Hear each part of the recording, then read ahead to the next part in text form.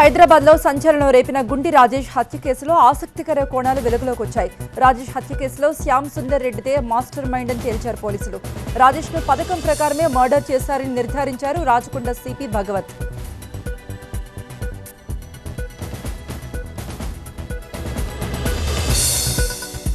హైదరాబాద్ శివార్లోని హయత్ నగర్లో 3 రోజుల క్రితం గుంటి రాజేష్ హత్యకు గురయ్యాడు. రాజేష్ వృత్తిరీత్యా ఉగుడికి చైర్మన్, ప్రవృత్తి రియల్ ఎస్టేట్ దందా, భూ కబ్జాలు ఇతరత్రా కలిపి రాజేష్ పై 18 కేసులున్నాయి. తుర్కయాంజిల్లో బార్ నుండి మద్యం సేవించి బయటకొస్తున్న రాజేష్ పై ఒక్కసారిగా దాడి గుండి రాజేష్ హత్య కేసులో శ్యామ్ సుందర్ రెడ్డిని పోలీసులు అదుపులోకి తీసుకున్నారు. అంతకుముందు రాజేష్ హత్యను సమర్థించుకున్నాడు నిందితుడు శ్యామ్ సుందర్ రెడ్డి. ప్రేమ పేరుతో మహిళల జీవితాలతో చెలగాటమాడిన రాజేష్ కు తగిన శాస్తి జరిగిందన్నాడు. తన కూతురుతో సహా పలువురి చావుకు కారణమైన రాజేష్ కు బతికే హక్కు లేదన్నాడు. మహిళల భద్రత కోసం నిర్భయ వంటి చట్టాలు వచ్చినా కీచక పర్వాలు ఆగటం లేదు. హైదరాబాద్ శివార్లో ఓ క్యాబ్లో యువతిపై 2 యువకుల అత్యాచార యత్నం కలకలం రేపింది. ఈ కేసును ఛాలెంజ్ గా తీసుకున్న పోలీసులు గంటల్లోనే ఛేదించారు. 2 నిందితులను అరెస్ట్ చేశారు.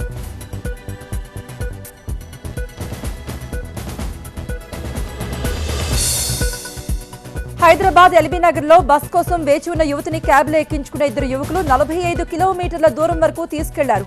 ఆమెపై అసభ్యంగా ప్రవర్తించారు. చౌటుప్పల్ పతంగి టోల్గేట్ దగ్గర యువతి కేకలు వేయడంతో స్థానికులు అలర్ట్ అయి అడ్డుకునేందుకు యత్నించారు. దీంతో యువతిని వదిలేసి పారిపోయారు 2. బాధితురాలి ఫిర్యాదుతో చౌటుప్పల్ పోలీస్ స్టేషన్లో కేసు నమోదైంది. ఆ తర్వాత ఎల్బీ నగర్ పిఎస్కు ఆ కేసు బదిలీ అయింది.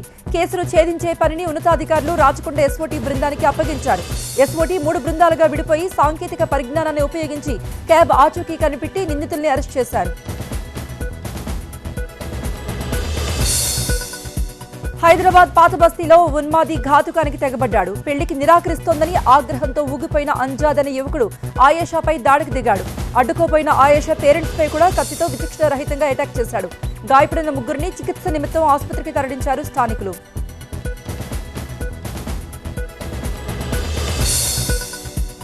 పాత బస్తీ సాలిబండ ఖాజీపురాకు చెందిన ఆయేషా అంజాదులు 5 ఏళ్లుగా ప్రేమించుకుంటున్నారు.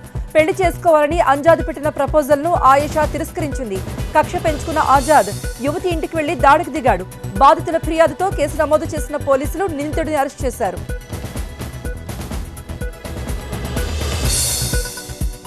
హైదరాబాద్ వనస్థలిపురం శ్రీవాసవి కాలేజీపై కేసు నమోదు చేసిన పోలీసులు నిర్వాహకులను అరెస్ట్ చేశారు. శ్యామ్ సుందర్ రెడ్డితో పాటు మరికొంతమంది సిబ్బందిపై 420, 406 ఐపీసీ సెక్షన్ల కింద కేసులు నమోదు చేశారు. అధిక ఫీజులు వసూలు చేసి విద్యార్థులకు హాల్ టికెట్లు ఇవ్వకుండా మోసం చేసిన కేసులో అరెస్ట్ చేశారు. అంతకుముందు శ్రీవాసవి కాలేజీ యాజమాన్యం హాల్ టికెట్లు ఇవ్వకపోవడంతో విద్యార్థులు రోడ్డెక్కారు. కాలేజీ నిర్వాహకానికి ఏడాది కాలం చదువు వృధా అయిందంటూ ఆగ్రహం వ్యక్తం చేశారు. పరీక్ష ముందు వరకు హాల్ టికెట్స్ అందకపోవడంతో విద్యార్థులు, తల్లిదండ్రులు తీవ్ర ఆగ్రహం వ్యక్తం చేశారు.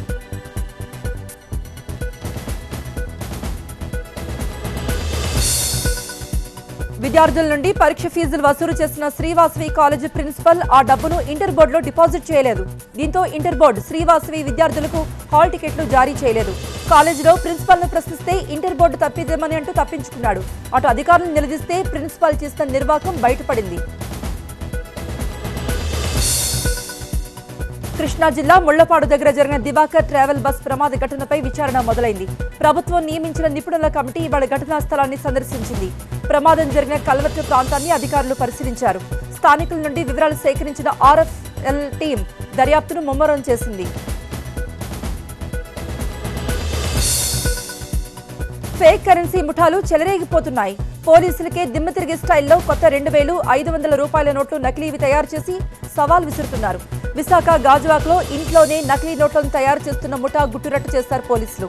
ఫేక్ నోట్లు చెలామణి చేస్తున్న అప్పలనాయుడును అదుపులోకి తీసుకున్నారు.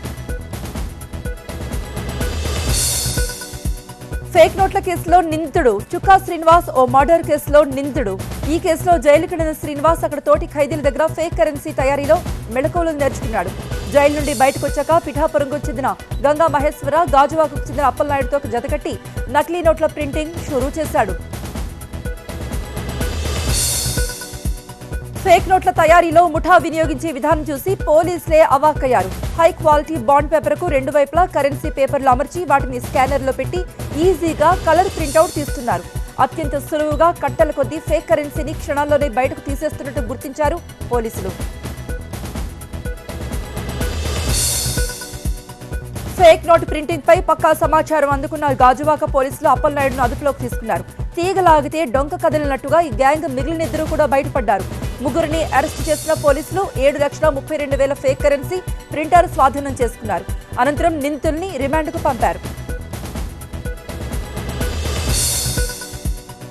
పశ్చిమ గోదావరి జిల్లాలో విద్యుత్ అధికారుల నిర్లక్ష్యం ప్రజల ప్రాణాలు తీస్తోంది. నిర్లక్ష్యంగా వదిలేస్తున్న కరెంటు తీగలు రైతులు ఉసురు తీస్తున్నాయి. జనం చనిపోతున్నా తోలుమందం అధికారుల్లో చలనం రావటం లేదు.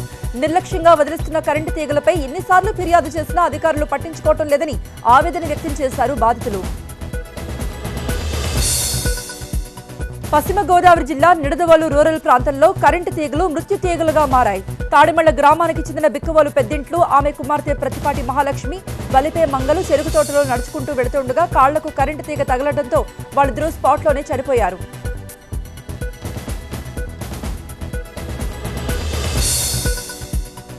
నిడదవోలు రూరల్ ఏరియాలో 2 రోజుల వ్యవధిలోనే ముగ్గురు మృతి చెందారు. అయినా అధికారులు పట్టించుకోవటం లేదు.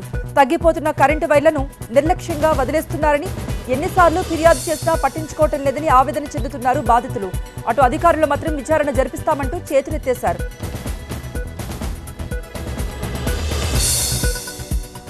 హైదరాబాద్ నాచారంలో బాల కార్మికుల విముక్తి కల్పించేందుకు వెళ్లిన బాలల హక్కుల సంఘం ప్రతినిధులపై యజమానులు దాడికి దిగారు. కార్తికేయ నగర్లో ఓ ఇంట్లో చిన్నపిల్లల చేత పనులు చేయిస్తున్నారనే సమాచారంతో బాలల హక్కుల సంఘం ప్రతినిధులు అక్కడకు వెళ్లారు. ఈ క్రమంలోనే యజమానులు అడ్డుకుని అధికారులపై దాడి చేశారు. వైఎస్ జగన్ ను చూస్తే టీడీపీ సర్కార్ భయపడిపోతుంది అన్నారు వైసీపీ ఎమ్మెల్యే రోజా. బస్ ప్రమాదం గురించి కేబినెట్ లో చర్చ జరగకపోవడం విచారకరమన్నారామె. ఈ కేసులో దివాకర్ ట్రావెల్స్ పై కేసులు పెట్టకపోవడం అనుమానాలకు తావిస్తోందన్నారు. మరోవైపు బాధిత కుటుంబాలను సీఎం పరామర్శించకపోవడం బాధాకరమన్నారు రోజా. చంద్రబాబే రాష్ట్రానికి పట్టిన చీడ అని ఘాటుగా వ్యాఖ్యానించారు వైసీపీ నేత భూమన కరుణాకర్ రెడ్డి. ఆయనొక మానసిక రోగంటూ విమర్శించారాయన. ప్రతిపక్ష నేత జగన్ పై కేసులు పెడితే భయపడేవారు ఎవరూ లేరన్నారు కరుణాకర్ రెడ్డి. ప్రజాస్వామ్యం ప్రతిపక్షం అంటేనే చంద్రబాబు వణికిపోతున్నారని విమర్శించారు. తెలంగాణలో జరుగుతున్న అభివృద్ధిని చూసి ఓర్వలేకే చంద్రబాబు చిల్లర మాటలు మాట్లాడుతున్నారని మండిపడ్డారు మంత్రి ఈటెల రాజేందర్. ఇన్నేళ్లు ముఖ్యమంత్రిగా ఉన్న చంద్రబాబుకు ఇంకా ప్రజాస్వామ్యంపై విశ్వాసం లేదన్నారు. దిగజారుడు రాజకీయాలు మానుకోవాలంటూ చంద్రబాబుకు హితవు పలికారు ఈటెల.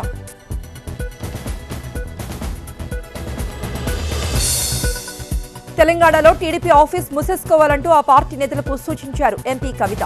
తెలంగాణ ప్రజలకు వాళ్లు క్షమాపణ చెప్పాలంటూ డిమాండ్ చేశారు. తెలంగాణ వచ్చిన తర్వాత కూడా చంద్రబాబు విషయం చిమ్ముతున్నారంటూ విమర్శించారు కవిత. తెలంగాణలో జరుగుతున్న అభివృద్ధి చూసి ఓర్వలేక విమర్శలు చేస్తున్నారంటూ మండిపడ్డారామె. తెలంగాణలో చేపట్టాల్సిన కార్యక్రమాలపై కాంగ్రెస్ కోఆర్డినేషన్ కమిటీ చర్చించింది. కరువు, తాగునీటి సమస్యలపై పోరాడాలని నిర్ణయించింది.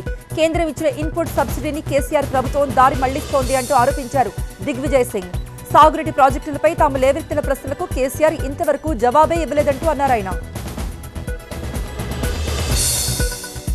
హైదరాబాద్ గాంధీ ఆసుపత్రిలో సౌకర్యాలు, సమస్యలపై సమీక్ష నిర్వహించారు వైద్య ఆరోగ్య శాఖ మంత్రి లక్ష్మారెడ్డి.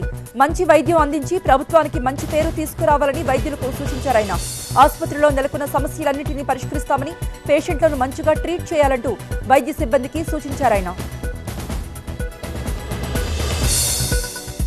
యాదాద్రి శ్రీ లక్ష్మీ నరసింహస్వామి వారి బ్రహ్మోత్సవాలలో సీఎల్పీ నేత జానారెడ్డి కుటుంబ సమేతంగా ప్రత్యేకంగా పూజలు నిర్వహించారు. అంతకుముందు ఆలయ అధికారులు జానారెడ్డికి పూర్ణ కుంభ స్వాగతం పలికారు. తెలంగాణ రాష్ట్రం సుభిష్టంగా ఉండాలని యాదాద్రీసుడిని మొక్కుకున్నానని అన్నారు జానారెడ్డి.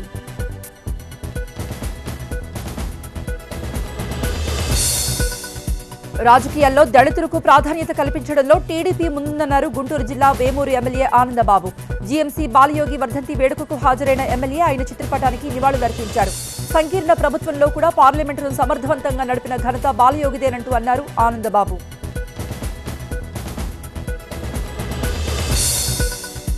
రాజ్యాంగబద్ధంగా ఎన్నికైన కేరళ సీఎం పినరై విజయన్ తల నరికి తీసుకురావాలన్న వ్యాఖ్యలపై మోదీ ఎందుకు మౌనంగా ఉన్నారంటూ ప్రశ్నించారు సిపిఎం ఖమ్మం జిల్లా కార్యదర్శి వెంకటేశ్వర్లు.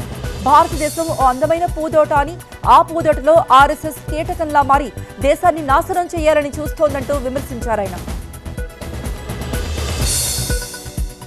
కేరళలో తమ కార్యాలయాలు, కార్యకర్తలపై దాడులు ఆపాలంటూ ఆర్ఎస్ఎస్ హైదరాబాద్ లో ధర్నాకు దిగింది. అధికార సిపిఎం దాడులను ప్రోత్సహిస్తోందంటూ ఆరోపించారు ఆర్ఎస్ఎస్ నేతలు.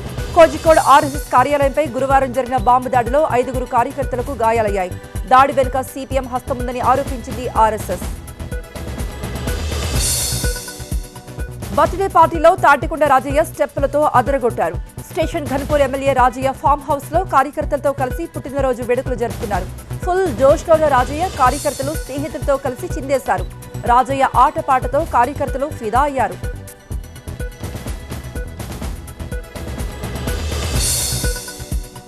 మెదక్ జిల్లాలో చిత్రమైన ఘటన జరిగింది. ఓ ట్రాక్టర్ నేరుగా వెళ్లి బావిలో పడిపోయింది. శివంపేట మండలం చండి గ్రామంలో కరెంటు స్తంభాలతో వెళుతున్న ఓ ట్రాక్టర్ దారి వెంట వెళుతున్న 4 ఢీకొట్టింది. ఈ ఘటనలో ట్రాక్టర్ రోడ్డుకు అడ్డంగా పడిపోయింది. ప్రొక్లైనర్తో ట్రైలర్ సరిచేసే క్రమంలో ఒక్కసారిగా ట్రాక్టర్ వెళ్లి బావిలో పడిపోయింది. అగ్రిగోల్డ్ తరహా మోసాలు మళ్లీ జరగకుండా ఏపీ ప్రభుత్వం చర్యలు తీసుకుంటోంది. డిపాజిటర్స్ యాక్ట్ లో సవరణలు తీసుకొస్తోంది. ఈ మేరకు చేసిన సవరణలకు ఏపీ కేబినెట్ ఆమోదం తెలిపింది. డిపాజిటర్ల యాక్ట్ కు సంబంధించి 2015లో రాష్ట్రపతికి బిల్లు పంపింది. ఇప్పుడు ఆ బిల్లులో సవరణలు తేవడానికి ఏపీ ప్రభుత్వం ముందడుగు వేసింది. ఏపీ ప్రభుత్వం ఆమోదించబోయే కొత్త డిపాజిటర్ల బిల్లు ప్రకారం సంస్థలో డబ్బు పొదుపు చేసే డిపాజిటర్ల సొమ్ముకు భద్రత ఏర్పడుతుంది. ఒకవేళ ఎప్పుడైనా సంస్థ మోసం చేస్తే డిపాజిటర్లకు త్వరితగతిన న్యాయం చేయడానికి అవకాశం ఉంటుంది. డిపాజిటర్లు మోసం చేసిన సంస్థ ఆస్తుల జప్తు త్వరగా చేయడానికి వీలు కూడా కలుగుతుంది. అగ్రిగోల్డ్ తరహాలో జనం దగ్గర నుండి వేల కోట్లు డిపాజిట్ల రూపంలో వసూలు చేసి ఆ తర్వాత వారిని నిలువునా ముంచే బడాబాబుల ఆటలు ఇకపై సాగబోవు. అటువంటి సంస్థల యాజమాన్యాల మీద నాన్ బెయిలబుల్ కేసులతో పాటు డిపాజిటర్లకు పూర్తి స్థాయి భద్రత కల్పించడం ప్రభుత్వం రూపొందిస్తున్న కొత్త బిల్ ద్వారా సాధ్యం కాబోతోంది.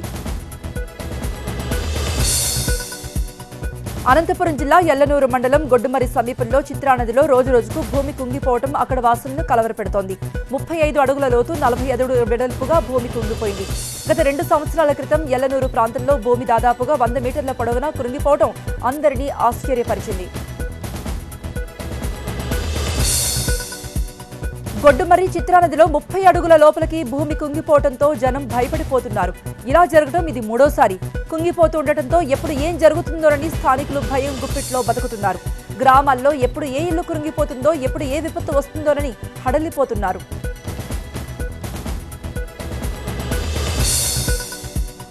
కృష్ణా జిల్లా ముళ్లపాడ ప్రమాద ఘటనతో రంగారెడ్డి జిల్లాలో ఆర్టీఏ అధికారులు అలర్ట్ అయ్యారు. శంషాబాద్ గగన్ పహాడ్ సమీపంలో తనిఖీలు ముమ్మరం చేశారు. నిబంధనలకు విరుద్ధంగా నడుస్తున్న 19 బస్సులపై కేసులు నమోదు చేశారు. స్పెషల్ డ్రైవ్లు ఇకపై రెగ్యులర్ గా చేపడతామన్నారు ఆర్టీఏ అధికారులు.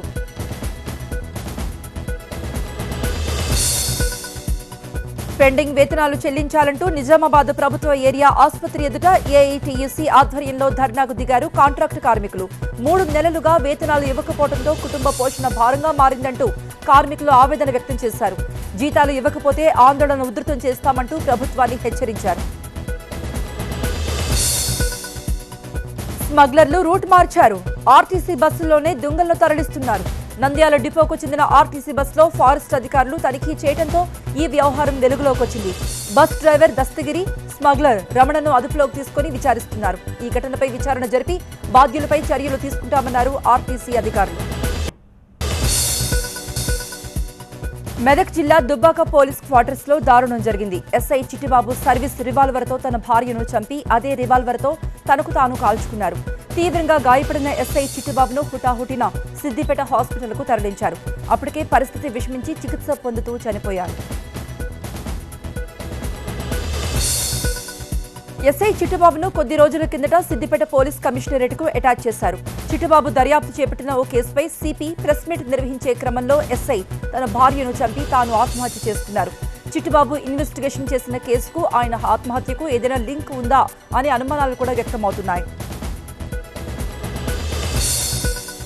అధికారుల వేధింపులే ఎస్ఐ చిట్టిబాబు ఆత్మహత్య చేసుకోవడానికి కారణమా? అదే నిజమైతే భార్యను ఎందుకు చంపారు?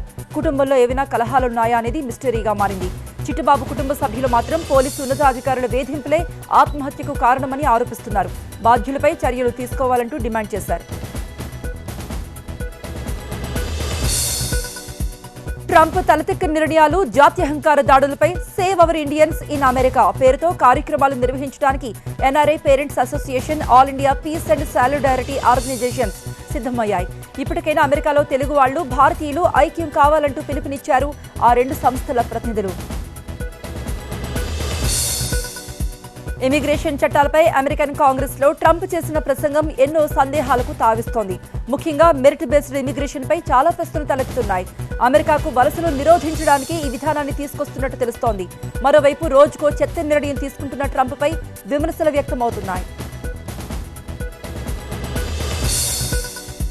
విదేశీయులు అమెరికా ఉద్యోగాలను కొల్లగొడుతున్నారన్న భావనలో ఉన్నారు ట్రంప్. అర్హత లేనప్పటికీ చాలా మంది దేశంలోకి ప్రవేశిస్తున్నారన్నది ట్రంప్ వాదనగా కనిపిస్తోంది.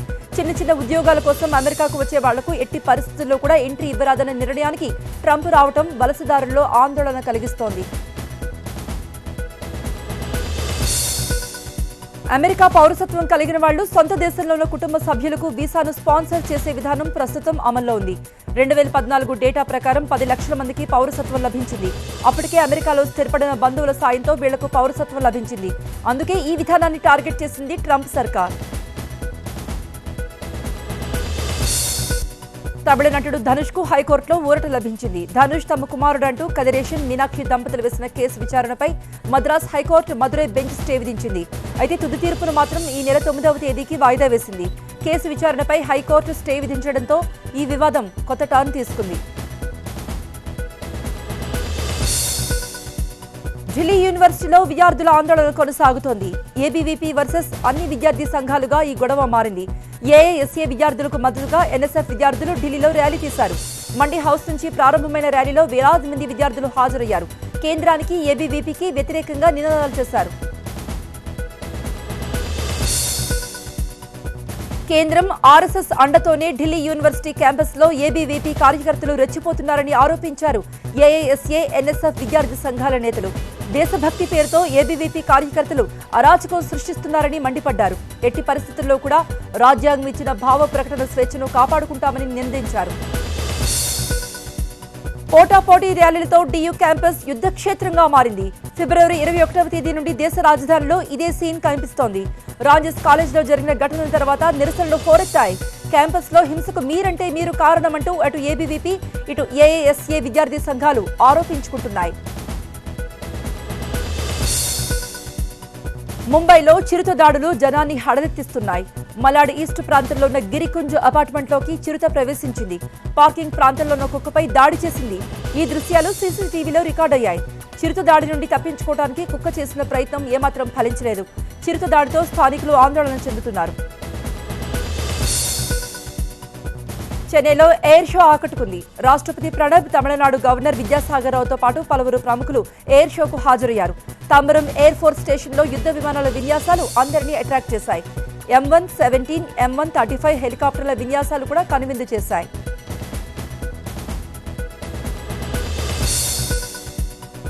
ప్రెసిడెంట్ స్టాండర్డ్ అండ్ కలర్స్ అవార్డులను 125 హెలికాప్టర్ స్క్వాడ్రాన్ మెకానికల్ ట్రైనింగ్ ఇన్స్టిట్యూట్లకు అందజేశారు ప్రణబ్. భారత సైన్యం సుప్రీం కమాండర్ గా ఈ వేడుకలకు హాజరైంది. ఎయిర్ ఫోర్స్ సిబ్బంది గౌరవ వందనాన్ని స్వీకరించారు రాష్ట్రపతి.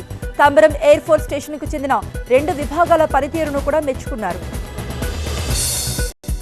గజ్వెల్లో అభివృద్ధి పనులు పరిశీలించారు తెలంగాణ సీఎం కేసీఆర్. ఎర్రవల్లిలో ఫామ్ హౌస్ నుంచి ప్రత్యేక బస్సులో గజ్వెల్ వెళ్లారాయన.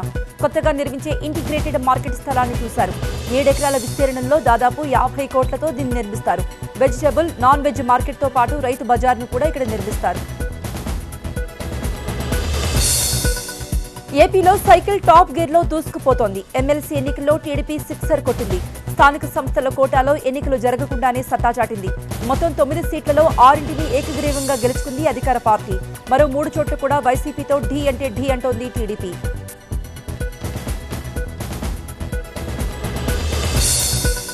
స్థానిక సంస్థల ఎమ్మెల్సీ కోటాలో సత్తా చాటింది అధికార టీడీపీ 6 చోట్ల టీడీపీకి ఎదురే లేకుండా పోయింది. స్థానిక సంస్థల్లో వైసీపీకి బలం లేకపోవడంతో తెలుగుదేశం గెలుపు ఈజీ అయిపోయింది. శ్రీకాకుళం, తూర్పు గోదావరి, అనంతపురం, చిత్తూరు జిల్లాలో ఒక్కో సీటు, పశ్చిమ గోదావరి జిల్లాలో 2 సీట్లలో ఎన్నిక ఏకగ్రీవమైంది.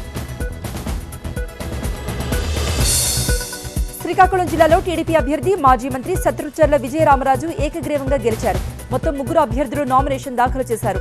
వీరిలో స్వతంత్ర అభ్యర్థులు మామిడి శ్రీకాంత్, శోభన్ బాబు తమ నామినేషన్లు ఉపసంహరించుకున్నారు. దీంతో శత్రుచర్ల ఎన్నిక లాంఛనమైంది.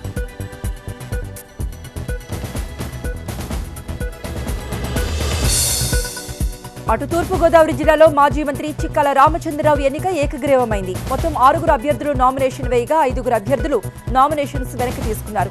మరోవైపు పశ్చిమ గోదావరి జిల్లాలో 2 టీడీపీ అభ్యర్థులు ఎమ్మెల్సీ కావడం ఖాయమైంది. ఈ జిల్లాలో వైసీపీ పోటీ నుండి తప్పుకుంది.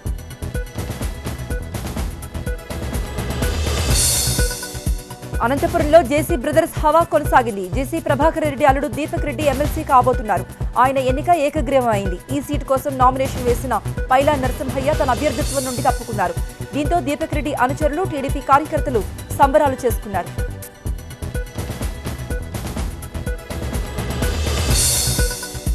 చిత్తూరు జిల్లాలో ఏకైక స్థానం నుండి టీడీపీ అభ్యర్థి బిఎన్ రాజసింహులు అలియాస్ దొరబాబు కూడా ఎన్నిక ఏకగ్రీవమైంది. మొత్తం 5 నామినేషన్స్ వేసినా మిగిలిన వారు వాటిని విత్డ్రా చేసుకున్నారు. దీంతో టీడీపీలో ఆవిర్భావం నుండి దొరబాబు ఎమ్మెల్సీ కావడం ఖాయమైంది.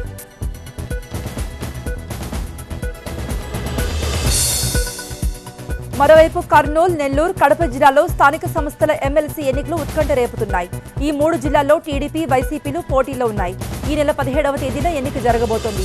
20వ తేదీన కౌంటింగ్ ఉంటుంది. దీంతో ఈ 3 సీట్లలో ఎవరిని గెలుచుకుంటారనేదే ఆసక్తిగా మారింది.